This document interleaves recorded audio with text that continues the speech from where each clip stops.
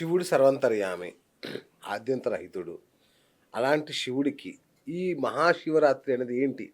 అంటే ఆ శివుడికిను ఈ మహాశివరాత్రికి ఏంటి లింకు? మహాశివరాత్రి అనేసరికల్లా లింగోద్భవ కాలం అంటారు చాలామంది. ఓకే. మీకు ఇదివరకు ఓసారి మనం మాట్లాడుకున్నాం దీనికోసం. హ్మ్. బ్రహ్మ, విష్ణు, మహేశ్వరులు మనకి సృష్టి, స్థితి, లయ కారకులనేసి తెలుసు. అవును. ఎవరిని అడిగినా చెప్తారు. అవును. అయితే శివుడు వీళ్ళిద్దరూ ఏ పని ఆ పని చేసుకుంటూ ఉంటారు. బ్రహ్మ గాని, విష్ణువు గాని. హ్మ్. వాళ్ళ కార్యక్రమాలు వాళ్ళవే. ఈశ్వరుడు ఎప్పుడు కూడా ధ్యానంలోనే ఉంటాడు. మీరు చూసారో లేదో. హ్మ్.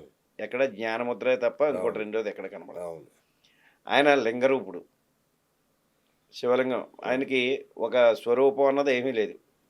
ఇప్పుడు అవును. వెంకటేశ్వర స్వామికైతే ఒక విగ్రహమనో లేకపోతే ఇంకోటనో ఏదోటి ఉంటుంది తప్ప విగ్రహ రూపం ఏదీ లేదు ఈశ్వరుడికి.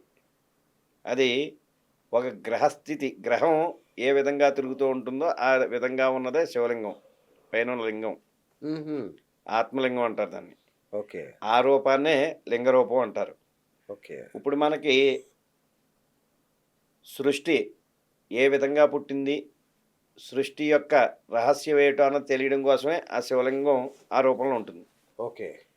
పైన లింగాకారం వచ్చేసరికల్లా మానవుని యొక్క, మనిషి యొక్క ఇది. హ్మ్. కింద పానుమట్టం వచ్చేసరికల్లా పార్వతీదేవి హ్మ్. యోని స్థితి. ఓకే. ఇదే సృష్టి అంతే. రహస్యం. ఓకే. ఓకే. మనకి ఇప్పుడంటే ఈ సెల్ అవి వచ్చేసాక బోలెడన్ని తెలుస్తుంది కనుక సృష్టి రహస్యం అవును.